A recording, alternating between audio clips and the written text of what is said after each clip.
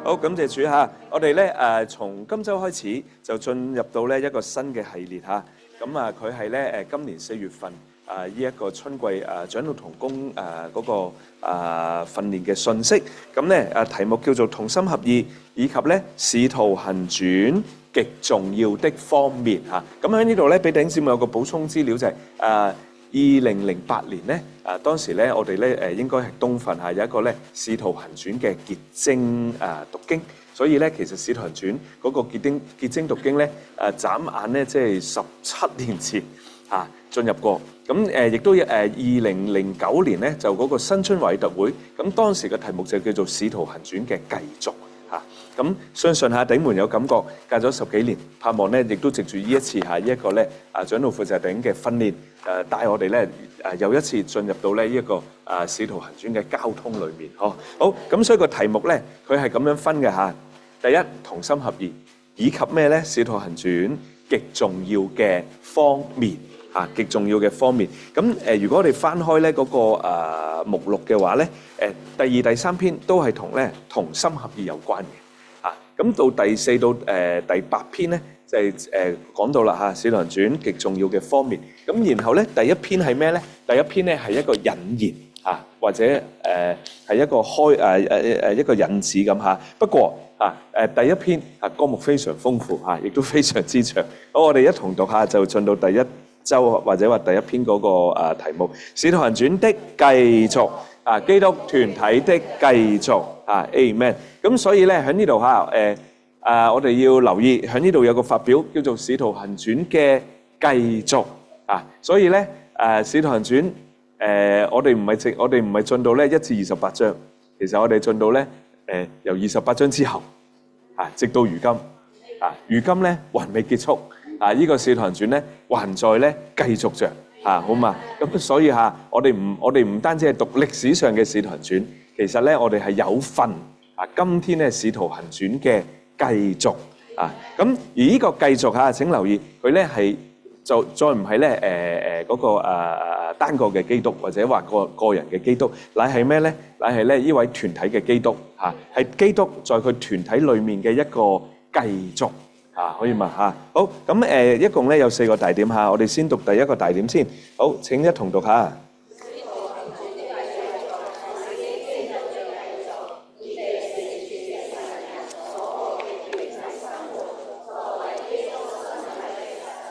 好，咁咧或者我先將啲大點點一點我哋可以再簡單嘅討一討第一個大點，佢講到佢話《使徒行傳》嘅繼續期係咩咧？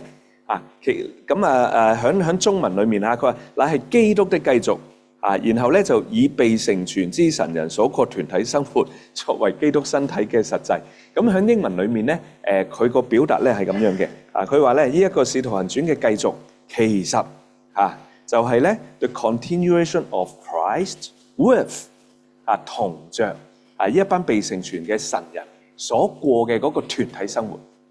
咁所以咧喺呢度弟兄姊妹咧從歌目裏面要讀出我哋所講呢個使徒行傳嘅繼續，唔單止係基督，更係基督同着呢一班咧被成全嘅神人所過嘅團體生活，係咪？即係歌目好長被成全嘅神人所過嘅團體生活，其實就係基督嘅身體咯。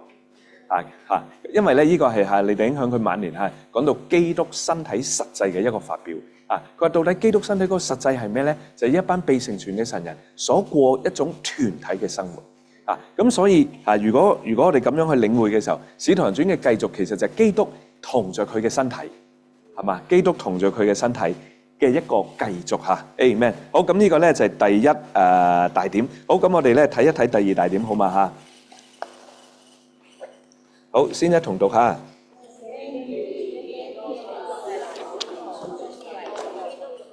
係啦，咁咧講到使徒行傳嗰個繼續咧，喺聖經裏面有預言嘅。咁一陣我哋會睇下，喺以賽亞書有咧3處聖經，然後咧彌迦書有1處，即係喺舊約至少弟兄咧喺度幫我哋擺咗4處聖經，咁還有新約嘅咁呢個咧就係聖經嘅預言聖經嘅預言。好，咁到第三大點啦，就係使徒保羅，佢係所有信徒基督身體上面之肢體嘅榜樣。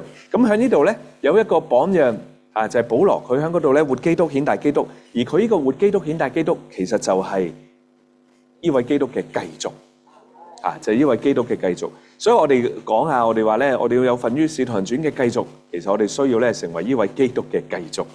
Amen。好，咁至終就係第四大點啦。咁佢話咧，召會嘅終極結果，乃係要來嘅在永世裏面咧，新耶路撒冷。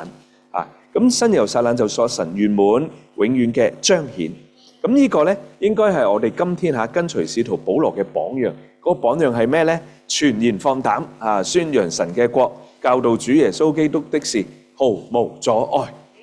咁保羅喺度傳揚神嘅國，就傳佢即係以神嘅國為福音啦，教導咧主耶穌基督嘅事啦。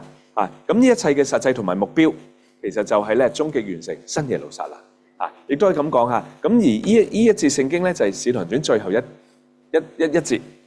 所以咧當你讀嘅時候，咁樣就完咗啦。即係嗰個使徒行傳聖靈有意思嘅，因為咧未完。直到如今，呢個使徒行傳咧還在繼續啫。咁我哋咧就開始進到第一大點裏面嘅7個重點嚇。第一個大點嗰個題目就係使徒行傳嘅繼續，乃係呢位基督其實就係同着佢嘅身體。咁佢嘅身體咧嗰個實際就係呢一班被受成全嘅神人所過嘅團體生活。好嘛？好，咁第一重點點解魏托星鼎咧佢？其實咧喺魏托星鼎嘅文集第2輯第17冊就已經有一篇信息，當時下個題目叫做《使徒行傳嘅繼續》。咁魏鼎咧就引用咗一節聖經，咁嗰節聖經咧就係約翰福音5章17節，就係咧主耶穌講佢話：我父作工，直到如今我也作工。咁表明咩咧？表明咧從撒旦背叛人墮落之後，神一直作工，直到如今主咧亦都喺度咧作工。好嘛？父作工，子亦都咧在作工。第二嗰個使徒行傳記載神嘅工作，喺28章以後，還有好多咧神嘅器皿，喺神嘅在作神嘅工作。神的工作正在咧繼續下去，沒有停在那裏。Amen。咁可以咁講呢個亦都係咧對我嚟講至少我唔敢講別人即係我得救之後我喺我哋中間好喜歡話神有行動神有工作咁樣，咁我就神即係我就唔係好明神點樣有行動咧？神點樣有工作咧？係咪咁其實咧神係藉着佢嘅教會神係藉着佢嘅身體係嘛，繼續喺度咧有行動，喺度咧有工作因為咧好多即係基督徒嘅觀念就係主耶穌復活升天。然後咧就坐在神嘅右邊，然後咧就等時間到就翻嚟啦。咁呢2000年做緊咩咧？冇嘢做係咪？主耶穌嘅工作比從前更忙碌係嘛？因為咧佢個範圍更廣要服侍嘅人更多因為咧神嘅工作冇停止神嘅行動咧一直喺度往前，所以咧使徒行傳係冇結束嘅所以我哋要讀出神嘅工作正在繼續下去沒有咧停止在哪裏。好，第三神嘅工作還要咧一直往前去。咁要往前到邊度咧？呢個使徒行傳嘅繼續，一直到國度，還要咧一直到新天新地它是一直往前進絕不停止。Amen。我哋如果知道並相信這事，就要讚美主，甚至到新耶路撒冷，佢嘅眾奴僕仍要作祭司侍奉他所以如果從呢個係魏鼎嘅發表嚟嘅。如果從魏鼎所看見嘅，即係話咧，使徒行傳嘅繼續係繼續到邊度咧？繼續到主回來，係嘛？繼續到國度，繼續到咧新天新地新耶路撒冷。使徒行傳就寫完啦。因為到時咧一切就終極完成。Amen。咁今天咧我哋還係喺咧呢個使徒行傳嘅繼續裏面。當然相信我哋咧比喺我哋前面嘅人咧更接近啦呢個使徒行傳嘅結束好咁咧我想喺呢度咧讀一段話好嘛？我哋翻到周一好有對我好有幫助周一咧就尾二嗰段13面尾嗰段。咁佢話人啊常常有一個錯誤嘅觀念喎，錯誤人常常有一個錯誤啊，就係以為自己咧所處嘅時候是教會最不幸嘅時候所以我都要即係蒙光照下。而家咧，我哋倚老賣老啊嘛，就成日話我哋嗰陣時咁樣㗎，我哋30年前係咁樣㗎，我哋上一代咧係咁樣㗎，而家呢一代咧真係唔得啦咁樣咁但係你留意魏鼎點講佢話咧路德馬丁嘅時候，有人這樣想；衛斯理約翰嘅時候，也有人這樣想。但是我們說，路德馬德嘅時候好得很；衛斯理約翰的時候也好得很。我們在這裏說，他們所處的時候是好的。再過50年，人又話啦，我哋所處的時候是好的。我們是怕人要停止，但是神是不會停止的。所以咧，我哋好多時候覺得唔得，因為我哋睇人。但係喺呢度咧，我哋要睇神所以我明白李弟兄咧，從佢年輕，佢就一路好有信心。佢如果呢個係主嘅恢復，主會自己嚟到咧負責任所以你睇見魏弟兄到一個時候魏頂過去啦，到一個時候李頂過去啦，但係主嘅恢復冇過去，係咪？因為咧唔係睇人，係睇神嘅自己所以佢話神是不會停止的。好有意思喎，弟兄姊妹讀埋後面幾句佢每一年他都知道他作什麼。咁我哋知唔知道我哋做什麼？係嘛？我哋喺教會裏面我有時擔心弟兄姊妹覺得一年有一年咪都係咁樣咯，係咪？一年咧有2次錄影訓練，有2次生活營，有幾多次全教會集合禱告咁樣周周擘餅，周周小排但係咧喺呢度好有意思佢話每一年神都知道自己喺度做什麼，每一年他都知道要作到哪裏每一年他都要作他所要作的。哇！主得開我哋眼睛我哋都能夠與主配合希望年年都不一樣。唔係年年不一樣，即係年年都往前係咪？即係唔係好似差唔多係一直往前他是一天天往前去咁我讀到呢度我都有信心你睇就係呢幾年間，你睇我哋嘅教會生活真係豐富，更以往都豐富噶啦，而家更豐富你從疫情開始咧，就嗰個守望禱告咁跟住咧呢2-3年間，我哋就嗰個生命讀經共追咁近呢段時間咧，聽講話好多弟兄姊妹就出去傳福音派單張係嘛？咁我相信其實都係主喺我哋中間喺佢嘅恢復當中咧，一直有工作係嘛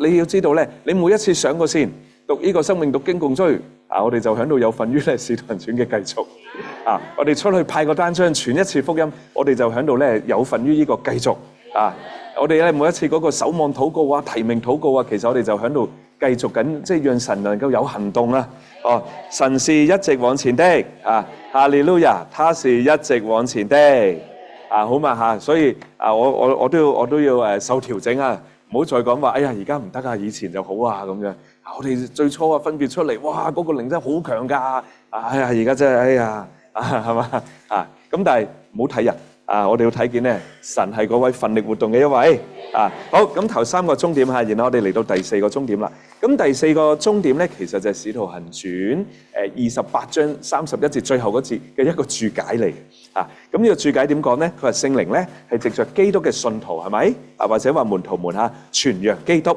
好叫基督咧能夠得到繁殖、繁增及咧普及繁殖就係因在生命而帶嚟嘅一個繁殖係咪？所以咧我哋所講嘅傳福音唔係一個工作，佢係一個生命嘅事情我哋傳福音，人接受主，佢就得着咧主嘅生命啊嘛。咁所以咧，基督就喺嗰度得着繁殖啦。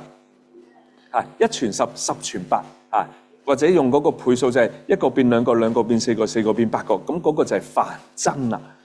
咁還要點樣咧？還要普及。咁呢個普及咧就係響地域上係咪？所以主話啊嘛，從耶路撒冷、猶太全地直到地極，咁呢個就係普及，好嘛？咁佢話這工作還沒有完畢還需要繼續很長嘅一段時間咁感謝主弟兄姊妹大概應該係90年代中期，我哋當中咧有一個叫做 LME 主在歐洲嘅行動到2010年左右，即係眨眼15年，我哋咧有主在亞洲嘅行動。近年可能我哋唔係好注意嘅，其實主喺非洲都好有行動。所以我舉呢一啲例子，講明一件事情嚇，呢個工作咧還在繼續嚇。當我哋聽到哇有 LME 嚇，有 LMA 有咧，而家都非洲都係 LMA 嚇 Africa 嘛嚇。即係當我哋聽到咧主喺各大洲有行動嘅時候，弟兄姊妹我哋要睇見係使徒行傳嘅繼續啊！神係喺度咧工作往前嘅，而且其實相當多呢啲嘅工作都係李弟兄咧不在之後開始。李弟兄在嘅時候咧，應該大概95年開始有呢個歐洲嘅LME， 係咪？97年佢被主接走啦，咁到10年先有呢個亞洲行動啊。近呢幾年其實咧喺非洲主嘅行動非常之得勝啊。咁呢見證咩咧？神在往前啊 ，Amen。好，咁我哋咧就嚟到第5重點咯喎。咁講到繁殖繁增普及係點樣一回事咧？其實係同神嘅話有關。神嘅話一直嘅擴長越發繁增為基督咧嚟到擴增。咁呢度應該有3處聖經係咪？咁呢3處聖經咧，使徒行傳6章、12章、19章分別咧都提到佢話神嘅話擴長起來。12章24節，神嘅話卻日見擴長。19章20節，這樣主嘅話變強而有力嘅擴長。咁喺英文佢就係 grow， 就係長大嗰個長嚇。咁所以咧，神嘅話係有生命嘅。其實咧就同主耶穌所講嘅一脈相承，因為主耶穌話撒種啊嘛，係咪？咁呢個種撒出去就要長啊嘛。咁喺呢度其實就係神嘅話。咁所以咧你睇見嘅好似咧係使徒們門徒們到處傳福音，其實佢哋傳嘅就係咩啊？神嘅話。佢哋傳到邊呢個種子就喺嗰度撒出去啦。然後呢個種子就喺嗰度，呢個話咧就喺嗰度長啦。好啦，長嘅結果係咩咧？6章7節下，個神嘅話擴長嘅時候，耶路撒冷門徒嘅數目就大為繁增。好啦，24節下，神嘅話日見擴長，越發繁增。19章20節，主嘅話咧強而有力嘅擴長，而且咧得勝。咁你睇睇咧嗰2個小點好有意思嘅。佢第一個小點講到呢個話嗰個擴長咧，其實呢個話點擴長咧？弟兄姊妹，唔係話印嘅書越嚟越多即係我哋派一萬本聖經就神嘅話擴長。佢呢個擴長係因為生命擴長嘛，係咪？一定係要有土壤啊嘛。咁意思就係話咧，係神在我哋裡面擴長。所以你睇嗰個綱目嘅話咧，你要畫低佢話，嗱係呢個嘅擴長就係基督在我們裡面嘅擴增。佢英文係the increase of Christ， 基督嘅加增。但係喺邊度咧？我哋嘅裏面，所以呢個就係生命讀經共追啦。或者我哋一年一篇或者我覺得有頂講得好，佢話咧，生命讀經唔係取代聖經，生命讀經係幫助我哋進入聖經，係嘛？我讀唔明啊嘛，生命讀經咧將聖經為我哋解開，亦都叫我哋咧得着其中生命。好，到第2小點，咁你留意咯，佢呢度提到嗰個繁增咧係人數上嘅，基督嘅擴增。所以咧，基督嘅擴增咧有2面嘅喎。內在嘅就係喺我哋裏面擴增，結果咧就喺外面咧人數就繁增啦。咁所以咧，弟兄姊妹你留意，我哋先鼓勵咧弟兄姊妹進入主嘅話，享受主嘅話，生命讀經共追，再傳福音，係咪？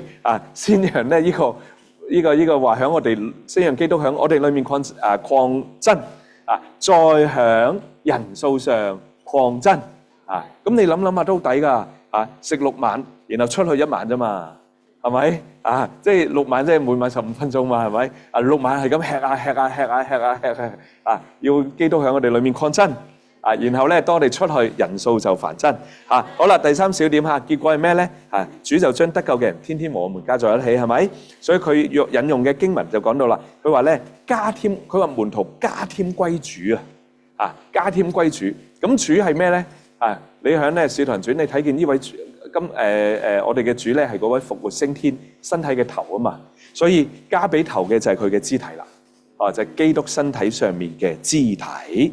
好，第6重點咁呢一個咧呢一種使基督繁殖繁增普及嘅福音工作係咪乃是照着咧神新約嘅經綸，為咗產生許多嘅兒子羅馬書8章29節作基督嘅肢體，構成基督嘅身體，羅馬書12章哦，好，以完成咧神永遠嘅經綸，成就佢永遠嘅定旨。這是接在使徒行傳之後的21卷書以及啟示錄所詳盡啟示的。Amen 嚇。咁我哋今日咧就係作呢個工作啦，好嘛？我哋要有一個睇見啦，好似只不過攞住一沓單張去派俾人，或者我哋唔一定係我哋叫咩call door 啊，可能係我哋認識嘅係嘛更加好飲個茶分享下咁樣但係咧一個目的就係咧要將咩要使基督能夠繁殖要使基督能夠繁新 Amen 好嘛咁弟兄姊妹要嚟半年，盼望咧主能夠喺佢嘅召會裏面得着繁殖。得着繁新得着咧普及嘅福音工作Amen。好，第7係一個係魏鼎一個結語，咁佢就話啦，佢話但係嚟到呢個時代因為咧已經唔係15世紀、16世紀，甚至唔係18世紀啦，嚟到呢個末後嘅世代嘅時候咧，神要得着嘅係咩咧？即係嗰個神喺呢個時代嗰個工作佢乃係要得着咧團體發光嘅器皿，亦都係咧見證嘅器皿。咁佢嘅兒女就必須被帶到對基督身體嘅感覺裏。咁呢個係魏弟兄應該係喺3幾年嘅時候，佢就已經睇見呢個發表，即係話神響咧以過係興起咧屬靈個別嘅屬靈偉人好有恩賜嘅。但係到末了咧，神係要興起教會唔係咧唔係好多嘅5他連得2他連得，乃係所有嘅1他連得。所以佢話咧，我哋要對身體有感覺，學習咧過身體嘅生活，否則咧我哋喺神手裏面咧就冇用處啦，就絕不能達到咧神嘅目標啦，Amen。好嘛，好，咁我哋往前埋去埋第2大點我哋再操練好，第2大點就係聖經預言基督在使徒行傳中嘅繼續好，咁呢度咧有4處聖經，我哋先將呢4處聖經點一點，然後咧再進到嗰個綱目裏面第一處就係以賽亞書42章4節，咁嗰度講他不灰心也不喪膽，直到他在地上設立公理設立公理。咁一陣咧我哋睇個綱目同埋注解咧，喺呢度呢個公理其實咧就係同咧主嘅救恩有關基督咧受咗神公義嘅審判為我哋咧成功咗呢個救贖所以咧呢個設立公理就係主藉着佢嘅死，將救恩咧臨到我哋好，咁呢個係發生喺幾時發生喺主死咗之後嘛，係咪？咁所以咧你就睇見人體以為基督死了，對唔住基督不但死了，基督咧還在作工好，到以賽亞書5章10節咁嗰度就講啦，佢話咧他必講到耶和華喜悅咧將呢位基督壓傷使佢咧受痛苦，他使自己成為咧為着罪嘅祭，他必看見後裔並且咧延長年日，耶和華所喜悅的事必在他手中亨通。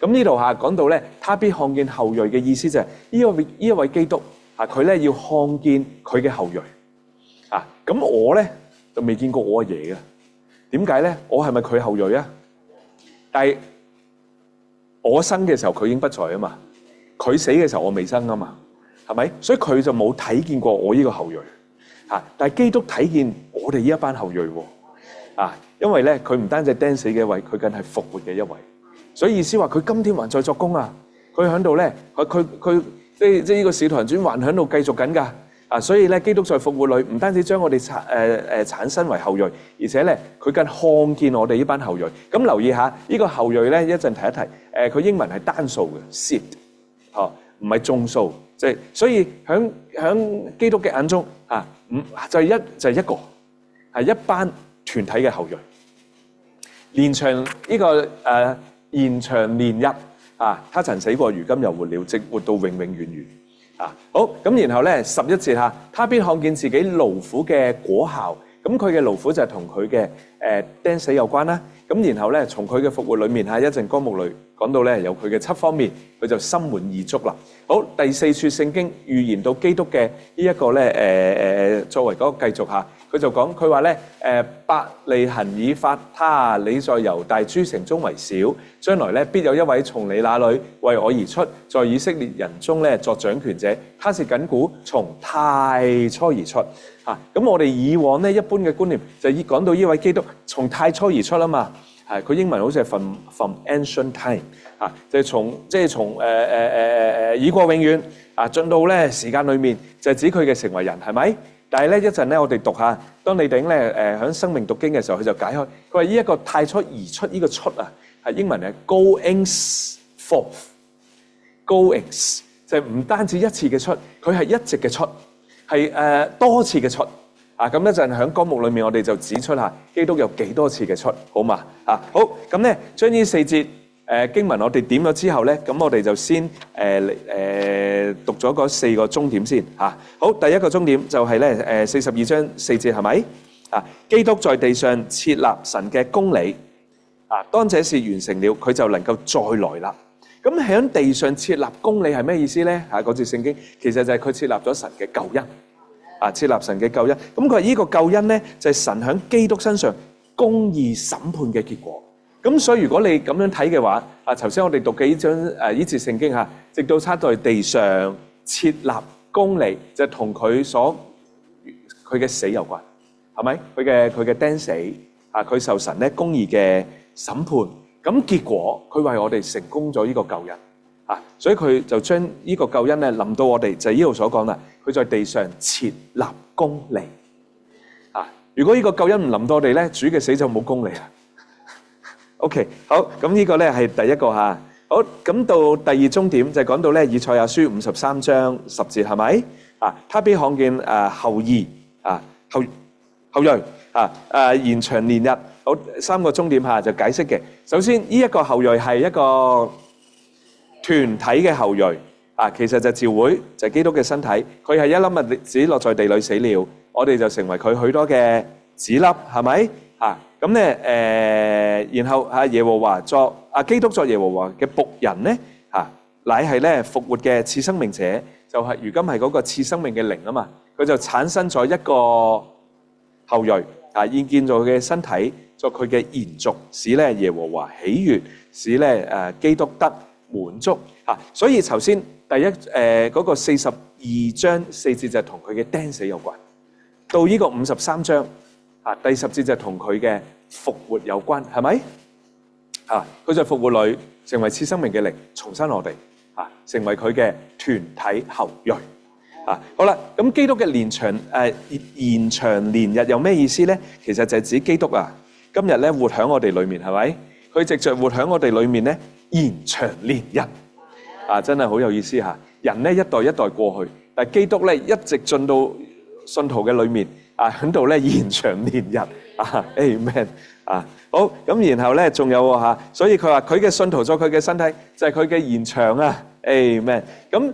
然後咪提到耶和華嘅喜悅嘅，係咪？佢話耶和華所喜悅啊嘛，呢個喜悅其實就係以弗所書所講嘅，神嘅喜悅就係佢要得罪許多嘅兒子，許多嘅兒子咧要構成基督嘅身體，作佢咧團體嘅彰顯。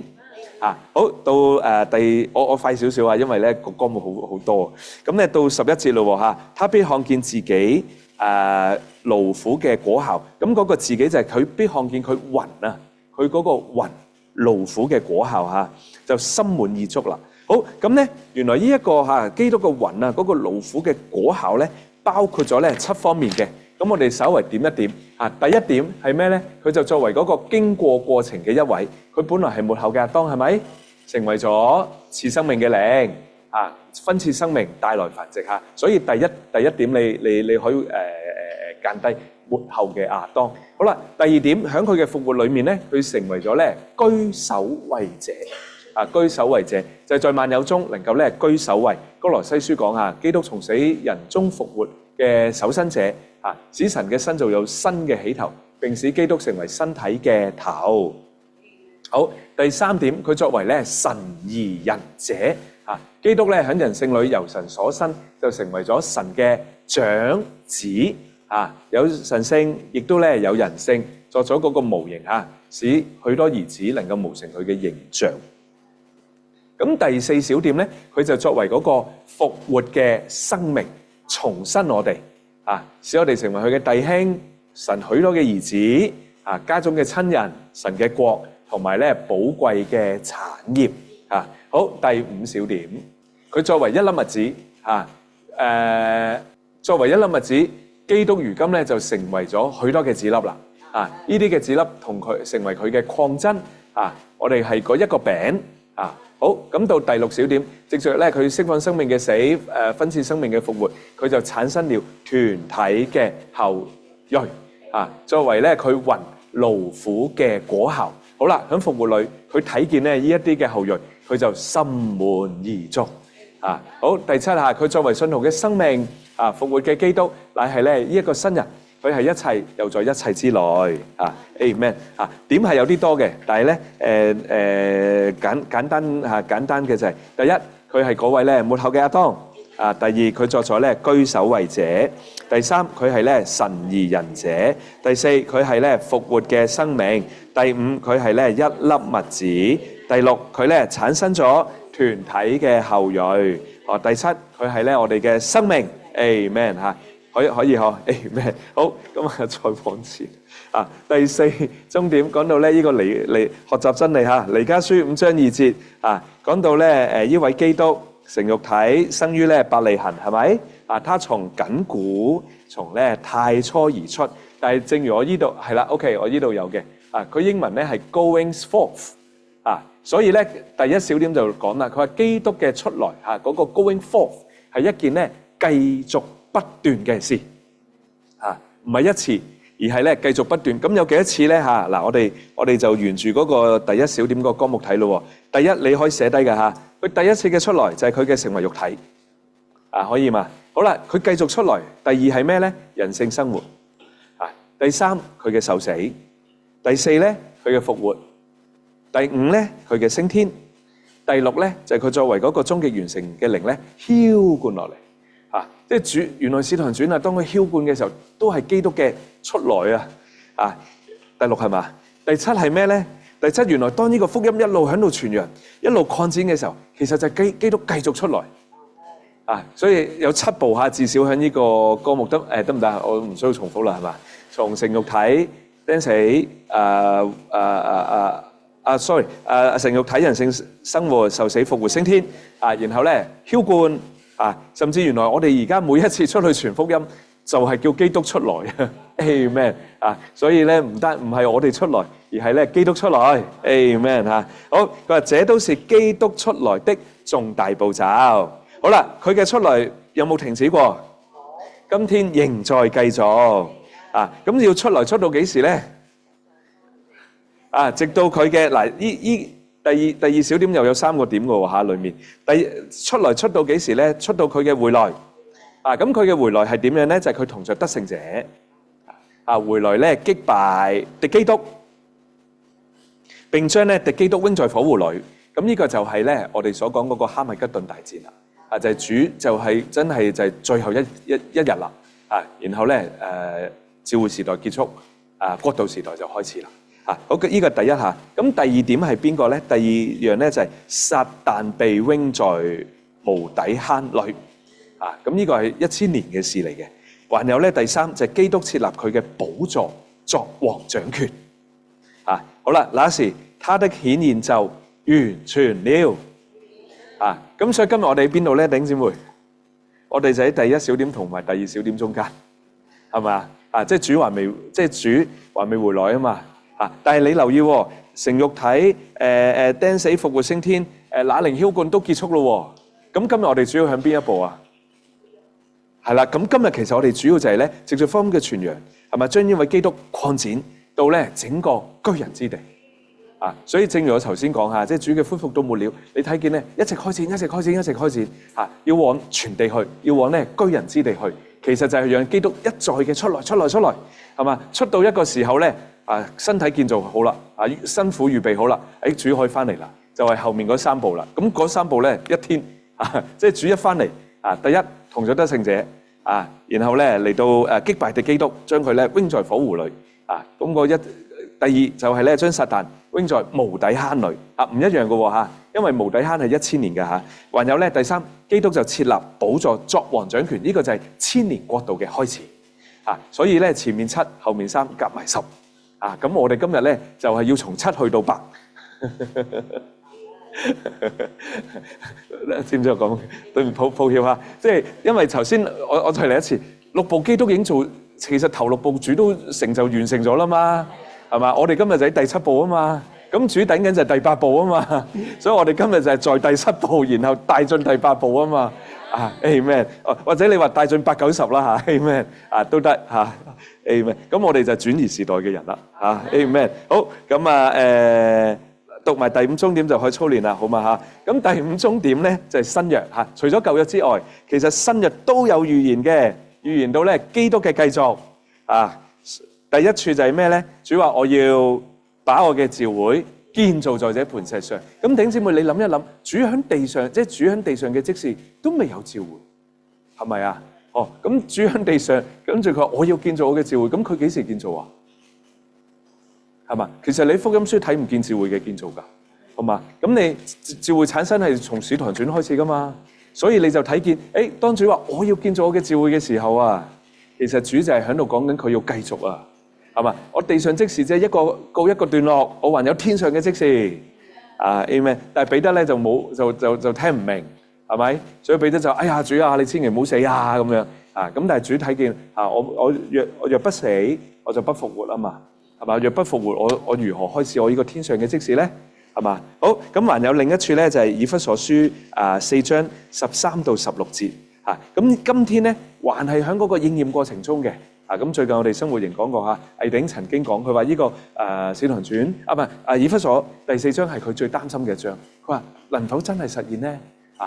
你要得著5他連有叫做咩5他連得要得著5他連得嘅唔難2他連得嘅唔難但係要得著所有1他連得起來咧嗰個就難啦，因為嗰個叫做全民教育，叫做全民皆兵，係咪人人都要盡功用，人人都要侍奉。Amen。咁我哋今日就係喺呢個過程當中有恩賜嘅人為咗成全聖徒目的咧是盡嗰個職事嘅工作建造基督嘅身體，好嘛？好，咁第二小點呢啲預言可以視為咧就係基督辛苦嘅預備至今尚未完全應驗主關於建造召會以及咧預備辛苦之預言嘅應驗其實就係以弗所書第5章。係咪？以弗所書第4章咧係身體嘅建造，第5章其實就係辛苦嘅預備。好啦，當辛苦預備好啦，主咧就回來啦。Amen 嚇！現在就是主成全他預言嘅時候所以咧今日我哋嗰個亮光真係好清楚嘅即係比起毅弟兄咧，真係3幾年嘅時候，我哋知道我哋喺嗰個使徒行傳嘅繼續裏面啊嘛。但我哋喺度繼續緊咩咧？我哋喺度繼續緊咧就係建造身體。喺度咧預備辛苦係嘛？咁藉著咩咧？福音廣傳一直傳呢個身體同時咧就喺嗰度咧擴展喺嗰度咧辛苦就喺嗰度咧預備Amen。好，咁請大家操練好嘛？4處舊約嘅經文以賽亞書42章4節，跟住咧53章係10同11節還有咧就係彌迦書5章2節。咁嚟到新約啦有馬太同埋以弗所書等等咁咧我哋往前Amen。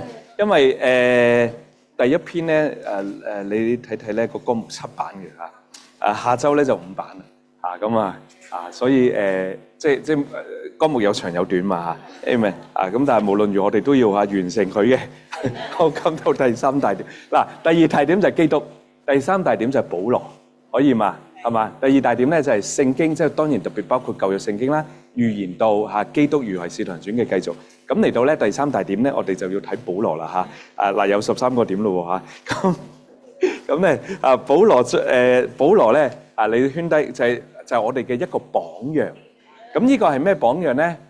活基督同埋顯大基督嘅榜樣咁咧佢就作咗基督嘅繼續啦好，咁我哋睇我咁樣分啦，一共有13個小點中點係咪？咁頭5個中點頭5個中點我就將佢咧劃為一組咁點解咧？因為引嘅經文好多，但係你留意咧，主要都係使徒行傳第9章嘅即係都係從咁使徒行傳第9章有咩特別咧？其實就記載到咧保羅佢嗰個得救嘅經歷。好，咁我就先將呢5個點點一點先首先，保羅咧佢係基督嘅門徒保羅佢係基督嘅門徒咁作門徒咧有個定義下，我覺得好幫助我哋嘅。咩叫門徒咧？就係咧看見基督，聽見基督。我哋看見過佢，聽見過咧佢。咁你話保羅幾時看見基督同埋聽見基督咧？佢肯定聽見啦，因為有把聲音從天上而嚟啊嘛。咁到使徒行傳22章第15節咁嗰度就講啦，因為你要將即係因為保羅你要將所看見、所聽見的向萬人咧作見證。我要補充翻先，唔可以話保羅冇看見。佢外面對眼睇唔到啊，但係佢裡面對眼開咗啊嘛，係咪？佢即係咪3天之久啊？不吃不喝，但係我哋相信佢一定係喺嗰度一直喺度重溫佢從天上而嚟呢個聲音嘅一個對話，係嘛？佢話主你是誰啊？咁樣唔係保羅主問佢邊個問邊個保羅問主唔好意思我今日真係你是誰啊嘛，係咪？我就是你所逼迫嘅耶穌咁樣。咁一定保羅喺嗰度一再喺度咧重複喺度即係思考呢啲話嘅時候，佢裡面嘅眼睛就開啟，係嘛？唔好講太多啦嚇。好，保羅係基督嘅門徒，看見基督，聽見基督。好，第二下佢係神所揀選嘅器皿。咁呢個咧就係9章15節嗰度明講嘅。主咧就叫嗰個亞拿尼亞去，佢話你只管去因為呢個人咧係我所揀選嘅器皿。咁器皿係用嚟係啦唔係一個工具主唔係話呢個係我將要使用嘅一個工具，主話呢個係我所揀選嘅器皿我要咧充滿佢咧要嚟彰顯我好，第三咁保羅佢係器皿器皿要被充滿充滿嘅路就係第3終點啦。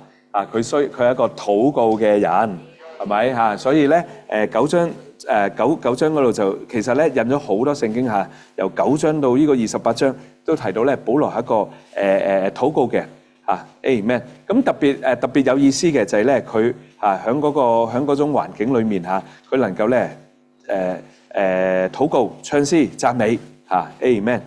好，咁然後咧而呢一個器皿咧佢唔係一個咧單獨嘅器皿所以咧到第4終點，保羅喺嗰度咧倚靠身體，在身體內，亦都藉着身體嚟到咧作一切事經文好多咁其中就講到咧響使徒行傳9章，保羅咧係藉着亞拿尼亞而得救嘅，係咪咁當亞拿尼亞按手喺佢身上，聖靈咧就衝入保羅啦，咁然後咧眼睛咧嗰啲鱗片就脫落，佢眼睛就得開啦。咁所以咧，佢係藉著亞拿尼亞將佢引進入基督嘅身體。咁亞拿尼亞呢個弟兄咧，喺新約聖經就出現呢一次啫。咁可能佢人生呢一次就夠啦。即係就將即係到底呢個亞拿尼亞係咩背景係咩人，後來做過啲咩，其實我哋都唔知道。但係咧有一樣嘢知道就係保羅係藉著亞拿尼亞被帶進基督嘅身體。Amen。因為如果要講嘅經文咧，仲有好多嘅，因為佢話咧OK， 甚至連保羅去到耶路撒冷都係咧巴拿巴嚟到咧接納佢，因為咧當保羅去到即係掃羅去到耶路撒冷嘅時候，人都爬咗去，因為佢個名都好出名嘅，就係專捉基督徒啊嘛所以其實當時召會唔敢去接待佢。但係咧，呢個巴拿巴咧就接受佢，仲將佢咧帶到使徒嗰度咁你就睇見咧，其實從保羅嘅得救到保羅嘅盡職，都係藉着身體好，咁保羅實行咩咧？呼求主名本來佢係去捉嗰啲呼求主名嘅人，結果佢自己都成為一個呼求主名嘅人好嘛？所以五個終點都就係講到咧，第一，保羅係基督嘅門徒。第二，佢係揀選嘅器皿。第三，呢個器皿咧，藉着禱告嚟到被充滿。還有咧，呢一個器皿，佢唔係單獨嘅，佢係咧倚靠身體，在身體裏，藉着身體為着身體。而且咧，佢嗰種生活呼求主名。好啦，咁從第6終點咧，去到第9終點咧，我就歸納為咧同那靈有關嘅。好嘛？好，點解咧？因為第6終點就講啦，保羅咧係憑咩嚟到活咧？憑着咧耶穌嘅靈。咁你喺度特別間底點解喺度個歌目係講耶穌嘅靈咧？因為The Spirit of Jesus 耶穌嘅靈唯有喺使徒行傳出現過，亦都係就呢一次即係耶穌嘅靈好特別你有基督嘅靈有耶穌基督嘅靈，但係講到耶穌嘅靈咧就係使徒行傳咁耶穌嘅靈特別着重係咩咧？就係主耶穌佢在佢人性上受苦嘅一面。Amen。好咁然後咧到第7終點啦。咁保羅就活在調和嘅靈裏。咁你可以寫低嘅。頭先咧嗰個耶穌嘅靈咧係大寫嘅 S， 但係呢一度嘅 Mingle Spirit 咧係小寫嘅。那靈進到我哋嘅裏面就係咧調和嘅靈。咁引咗兩處聖經一處咧就係保羅響雅典見到嗰啲人拜拜偶像佢話滿城都係偶像連石頭都拜咁然後咧佢話保羅裏面嘅靈就咧激憤Amen。咁我哋咧外面去傳福音，但我哋需要裏面咧靈裏都要激憤好啦。還有咧使徒行傳19章21節保羅咧離開以弗所，咁佢話這事以後保羅靈裏定意要往耶路撒冷去。好，咁到第8終點咯。咁第8終點咧就係講到保羅咧素質一面就被咧喜樂嘅靈充滿為咗佢嘅生存嘅；經綸一面咧就被能力嘅靈充滿，為咗咧佢嘅侍奉，為咗佢嘅盡功用嘅。咁我哋好有福因為喺中文聖經裏面咧弟兄咧係幫我哋翻做充滿同充溢充滿係指裏面嘅，充溢咧就係指外面嘅。咁我哋中文滿溢嘛，福杯滿溢就係你呢個杯係咪一路倒一路倒一路倒就充滿啦，滿到瀉啦，咁我哋就叫做滿溢啦，係咪咁英文咧就冇辦法讀出嚟啦，因為如果英文我哋英文恢復本聖經全部都係 fill with就 filled。但我哋喺中文裏面咧頂咧就翻做一個裏面嘅叫做充滿，外面嘅咧叫做充溢裏面嘅係素質一面，為咗我哋嘅生活生存外面嘅係我哋嘅外面嘅係充溢為咗我哋嘅工作，我哋嘅侍奉嘅好，咁然後咧就到第9小點保羅操練自己常存無虧同埋咧清潔嘅良心咁佢呢啲話係同咩人講係當佢被議會嗰啲質問嘅時候或者話審問嘅時候保羅咧佢咧真係佢能夠講我在神面前行事為人因為人覺得佢係異端嘛但係咧保羅話我在神面前行事為人，憑着無虧的良心直到今日佢話我因此佢對亞基帕王亦都係咁講話我因此咧操練自己對神對人咧常存無虧的良心咁良心係靈嘅一部分嘛，係咪所以咧我就將6到9小點咧歸做一個類啦首先呢個榜樣話俾我哋聽，佢係憑耶穌嘅靈而活嘅然後咧活在調和嘅靈裏面咧被素質嘅靈充滿，外面咧被經綸嘅或者我講得咩咁樣講裏面咧被那靈素質嘅一面充滿外面咧係那靈經綸嘅一面嚟到充溢因為只有一個靈OK 好，咁然後咧我哋要被靈充滿嘅話，我哋就需要操練有無虧嘅良心可以嘛？好，咁還有咧第10點咁第10點咧就係講到咧保羅嗰一種生活常常在主裏喜樂，不住禱告，凡事謝恩。咁喺呢度咧有引用2節聖經好有意思嘅，使徒行傳16章25節咧，其實咧就係保羅同埋西拉去到腓立比嘛，咁佢哋嘅即時係得勝嘅，但係結果咧引起人嘅反對然後將佢哋下到監裏，咁就喺半夜佢話保羅同埋西拉喺嗰度禱告唱詩讚美神 Amen 咁佢嗰一種生活能夠在主裏常常喜樂唔容易Amen 我都未有呢個辦法如果我落到呢個即係境遇裏面係嘛，我能唔能夠喺嗰度咧禱告唱詩讚美咁可能仲可以禱告但係唱唔唱到詩咧呢個係嘛，然後唱詩唱到讚美Amen。好，到27章咁27章另一個背景就係咧佢保羅被押送去羅馬嘅時候咧，佢哋咪喺嗰個海上遇到嗰個颱風嘛咁咧真係咧其實真係絕命即係冇命噶啦但係喺嗰度咧，保羅咧得到從主嘅使者而嚟嘅鼓勵，咁佢就喺嗰度勸啲人啦。佢話咧，眾人佢話拿着餅在眾人面前感謝神，然後咧擘開來吃。佢就能夠喺嗰度謝我哋所謂謝飯係咪？我哋而家有啲你喺同事面前都唔敢謝飯，保羅係喺即係保羅話你仲感謝你嘅神？即係你睇下我哋已經喺個大海度漂咗係咪？漂咗係咪好似去2個禮拜？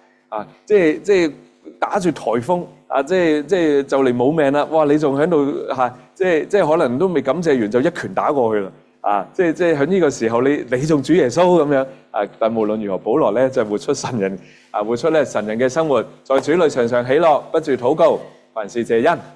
好啦，咁然後咧就係第11個終點11個終點咧就係同佢嘅侍奉有關嘅。保羅與神聯合，受神協助在耶穌嘅名裏放膽講說福音擴展基督嘅見證，直到地極。咁9章27節咁嗰度就講啦，佢話咧係啦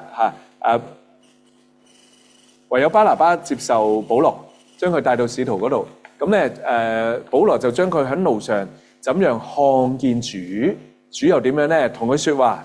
咁佢喺大馬色怎樣在耶穌嘅名裏放膽講說在耶穌嘅名裏放膽講說。咁到使徒行傳26章咧22節，佢話然而我蒙咗神嘅幫助，直到今日還能站住。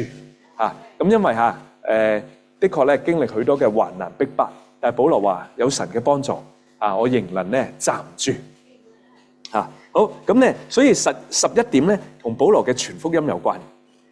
佢喺佢嘅福音嘅侍奉上，佢咧與神聯合，得神嘅協助，係咪？好啦，咁到第12終點咧就同咩有關咧？第12終點咧就同佢嘅牧養有關嘅。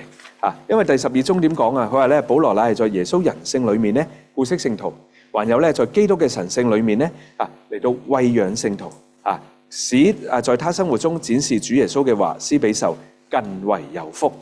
咁呢段話主要就係使徒行傳20章當保羅最後一次佢咧還係對以弗所教會有負擔請求咧以弗所嘅長老們應該係嚟到米利都，係咪？咁嗰度咧保羅就有一番好長嘅話呢個咧典型嘅長老訓練啦。即係保羅就喺嗰度講咧，我3年之久喺你哋嘅中間我係如何嘅為人常常流淚然後咧佢話咧凡係與你們有益的我沒有一樣咧避諱不告訴你們，係咪？然後咧佢甚至後面就講佢話你哋要為全人咧警醒因為咧我過去之後會有咧兇暴嘅豺狼咧進嚟，然後再將佢哋交俾神恩典嘅話，係咪？咁其實喺呢段話裏面咧充滿顧惜同埋咧充滿餵養Amen。所以咧保羅係一個咩嘅榜樣咧？傳福音嘅榜樣，亦都係一個咧牧養嘅榜樣。好，到第13其實我就話淨係呢13個終點已經可以一個特會啦。咁到第13個終點咧，其實咧就係保羅嗰個使徒行傳27、28章就係講到保羅喺嗰個船上，係咪？佢成為嗰條船，佢明明係一個階下囚即係囚犯啦，但係咧佢竟然成為船上嘅人嗰個安慰者喎。因為佢話即係我嘅神同我講冇事嘅。會保住大家嘅性命嘅。佢成為我哋生命嘅保證人。咁即係我就講如果係我就算有主安慰，我得罪平安，我都唔一定敢夠膽同眾人講，係咪？如果佢哋唔信，係咪？即刻將我抌咗落海咁點算咧？咁但係保羅真係喺嗰度咧，真係在生命中作王。咁然後到嗰個島啊嘛，咁咪俾毒蛇咬嘅。咁啲人就話：你睇下，係咪？你睇下天都唔放過佢即係類似咁即係船到唔死，嚟到呢度都俾毒蛇咬死，結果冇事。啲人拜佢啊嘛，係嘛？咁保羅唔好拜即係佢話我唔係神不過係神人 Amen。但係喺嗰度咧，佢活出神人嘅生活，好嘛？所以咧呢度1、2小點係我哋一個注解嚟㗎。我讀俾大家聽。佢係喺使徒漫長不幸受監禁嘅航程當中，主保守佢。保守在咧主嘅超越裏面，使咧保羅能夠活出一種嘅生活遠超憂慮嘅境域。這種生活全然尊貴有人性美德嘅最高標準，彰顯咧最高超神聖嘅屬性。以地位嚟講，保羅當時係最低，佢根本就係一個被囚犯，係咪？被人押送但係咧喺人嘅眼中喺神嘅眼中，佢咧在人性嘅美德裏係有最高標準嘅。佢嘅生活咧全然尊貴，彰顯神咧高超神性嘅屬性。好，接住2小點，佢話呢一個其實就係耶穌喺佢咧被神性所豐富嘅人性裏，再次活在地上。所以保羅所講嘅活基督唔單止喺腓立比書1章嗰度講，其實即係喺呢度咧有一個事例，就係《使徒行傳》嘅27、28章。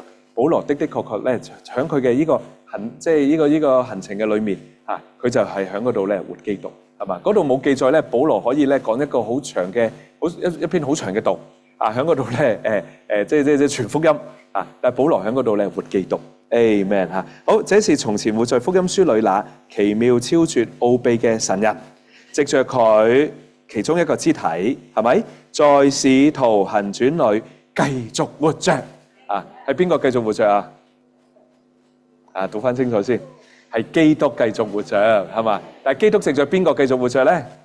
係啦，藉着保羅。咁同樣嘅，今天咧，基督要藉着召會，要藉着咧許許多多嘅容許我咁講，我哋都要成為小保羅，Amen 係嘛？繼續活着咁佢話咧，呢一個就係成為肉體、釘十架、復活、被高舉之基督活嘅見證人Amen。所以我哋出去咧，弟兄姊妹好多時候我最近有邊個同我講即係話哎呀，即係咁樣出去都唔知有冇結果嘅，即係都好似即係時間花咗結果又睇唔到。係咪弟兄姊妹我哋出嚟咧唔重在結果嘅，其實重在咧出去照耀下嘅啫，即係出去行下即係咁樣，即係我哋出去咧係咗基督嘅見證人係嘛叫活嘅人活即係接受嘅佢會接受咯，係嘛？可能唔係嗰一刻，但係你真係唔知道，你真係唔知道嗰張單張佢冇掉佢擺咗個袋度。係咪？或者甚至就係你一句話佢瞓到半夜醒咗佢諗起，我哋唔知道我哋負責係作，所以其實主旨係話你哋就負責去啫嘛，係咪去作咩？直到地極作我嘅見證人啊嘛。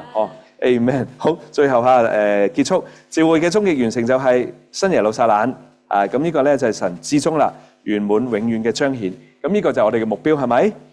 咁好啦，咁今日我哋就要跟隨使徒保羅嘅榜樣當然就係前面嗰13點啦，係咪？咁保羅還有一個榜樣就係呢個使徒行傳嘅結語係咩咧？全然放膽點解要講全然放膽真係會膽怯噶嘛，係嘛？佢唔係住緊酒店佢係住緊自己所租嘅地方，其實佢係受緊叫做乜嘢？類似軟禁嘅意思噶，係嘛？但係所以聖經話所以全然即係如果嗰啲人唔高興起嚟，你仲講係咪但係保羅就喺嗰度全然放膽宣揚咩Amen 宣揚神嘅國好有意思噶，因為當時保羅被囚係邊個喺度做緊該撒即係尼祿嘛，係咪？其實係喺羅馬帝國下面，你同我講另一個國，你明意思嘛？即係你係咪？即係你即係想推翻我呢個國啦所以傳神國為福音會冇命噶因為對好多即係掌權嘅人嚟講，你真係喺度搞革命啊嘛，係嘛？咁但係咧，保羅全然放膽宣揚神嘅國，還有咧教導主耶穌基督嘅事。後面4個字好有意思毫無阻礙所以咧呢個使徒行傳敞口待迦沒有結束我哋今天一同嚟書寫使徒行傳嘅繼續。Amen 好，我哋咧兩禱告阿們。